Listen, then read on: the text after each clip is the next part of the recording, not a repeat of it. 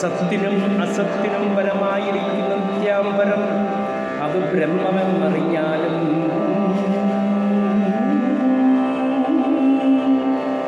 ആദിത്യൻ ലോകങ്ങളെ സൃഷ്ടിപ്പിച്ചു. അതുകളിൽ ആദിത്യം തന്നെ എന്നും ശോഭിച്ചു നിബദ്ധനായി. ലോകകർമ്മങ്ങൾക്കെല്ലാം സാക്ഷിയായി നിൽക്കും പോലെ ഏകമായി സർവത്തിനും കാരണം ബ്രഹ്മം തന്നെ സഗുണമായും പിന്നെ നിർഗുണമായും തഥാ സഗുണ നിർഗുണങ്ങളല്ല എന്നുള്ളതും ബ്രഹ്മം. ഇങ്ങനെ ബ്രഹ്മസൂത്രം കേട്ടോരും വേഗനും മംഗള ഭഗവാൻ തൻ പൂജയെ കേൾപ്പിക്കുന്നാൽ ഇത്തരം നിർവവാക്യം കേട്ടുടൻ ആ വിർഹോത്രൻ ഉത്തമനായ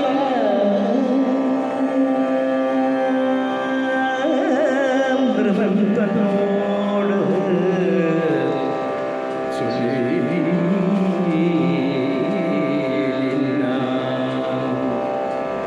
മുന്നമങ്ങൊരു മുനിയെ പുത്രനോ വിഷ്ണുപൂജ നന്നായിട്ട് ഉപദേശിച്ചിടാൻ അത് ഞാനും ഇന്ന് ഉപദേശിച്ചിടാം കേട്ടുകൊണ്ടാലും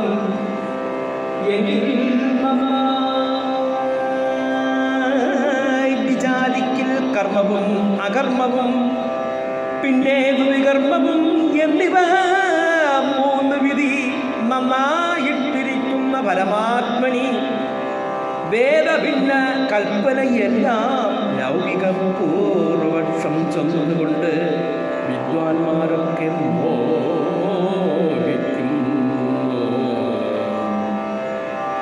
ആയതങ്ങപരോക്ഷവിധി ബോധിക്കും നേരം പോയിടും.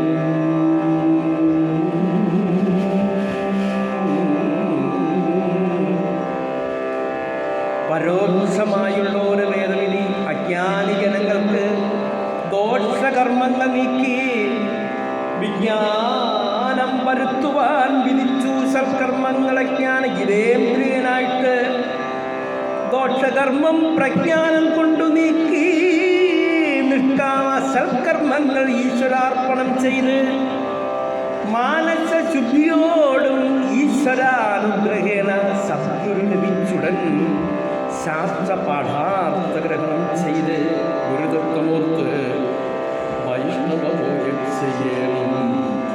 വഴിപ്പോ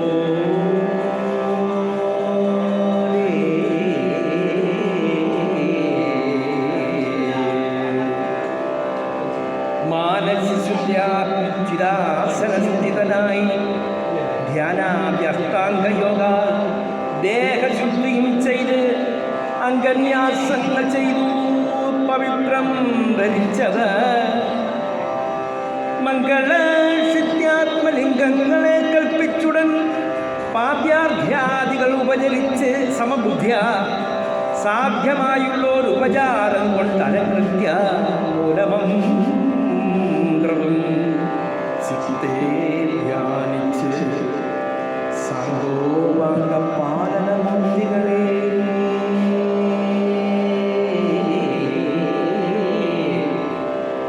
മൂലമന്ത്രേണ തഥാ പിന്നെയും സ്നാനവസ്ത്രാഭരണാദികളാലും വന്ദിത ആനന്ദത്തോടെ ഗലഗന്ധാദി കൊണ്ടും ഈ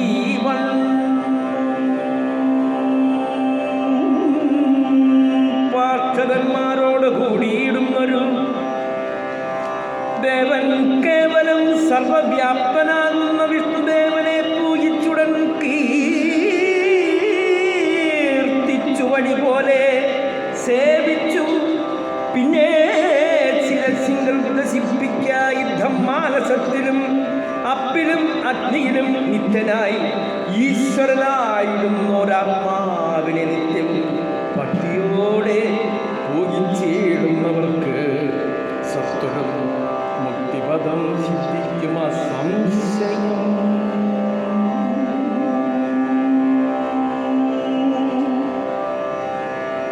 ഇങ്ങനെ കേട്ട നേരം മംഗളനായ നൃപൻ തിങ്ങിനോരാനന്ദത്താവിനെയും ചോദ്യം ചെയ്തു. മണ്ണിടത്തിങ്കൽ പരബ്രഹ്മമാം പരമാത്മാ വന്നവതരിച്ചോരോ മൂർത്തിഭേദങ്ങളെല്ലാം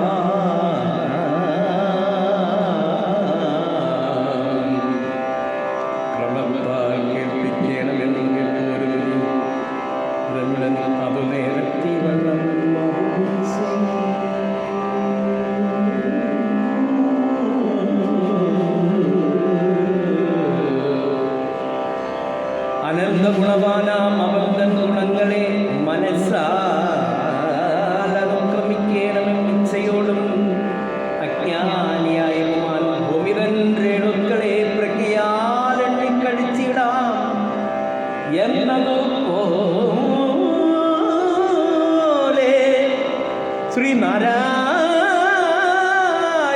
സ്വാമി തങ്ങളുടെ അവതാരം മാനസെ വിചാരിച്ചാൽ ഒടുക്കമില്ല താനും. എങ്കിലും നിന്റെ ചോദ്യം കൊണ്ട് ഞാൻ ചുരുക്കമായി ചിന്ത പോവതിന് ഇപ്പോൾ ഒട്ടൊട്ടു ചൊല്ലാമല്ലോ.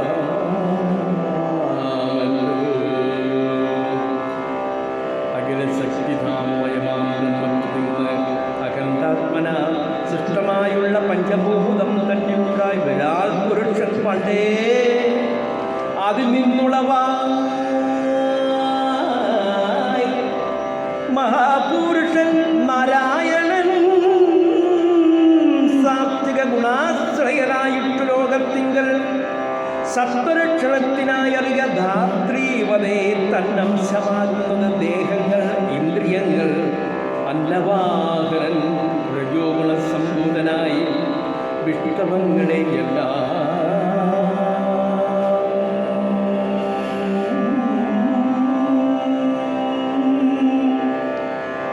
തൽക്കർമ്മഭേദം പോലെ സൃഷ്ടിച്ചിടുന്നു. രുദ്രൻ തമസോദ്ഭൂതനായി ലോകസംഹാരം ചെയ്തിടും. ഇതു ജഗന്നാഥൻ ദക്ഷപുത്രിയിൽ പണ്ട് വിഷ്ണുതാൻ ജനിച്ചിതു. ദക്ഷനാം നരനാരായണന്മാരായി മുന്നം ദക്ഷപുത്രിയാം മൂർത്തിദാനം ധർമ്മനുമായി സാക്ഷാൽ നിർമ്മലയജ്ഞം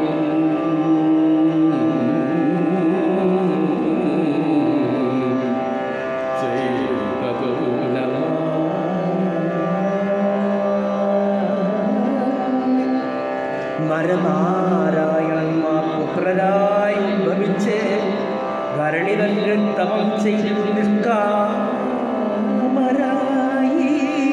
നിഷ്കാമധർമ്മ തപോബലത്തെ കേട്ടു ഇന്ദ്രനും ഉൾക്കാമ്പിൽ ഭീതനായി തന്നുടെ പദഭ്രംശാലായത് മൂലം നാരായണന്റെ തപോവിഘ്നം ചെയ്വതിനായി ഗന്ധർവാപ്സരസാദികളെ അയച്ചത്.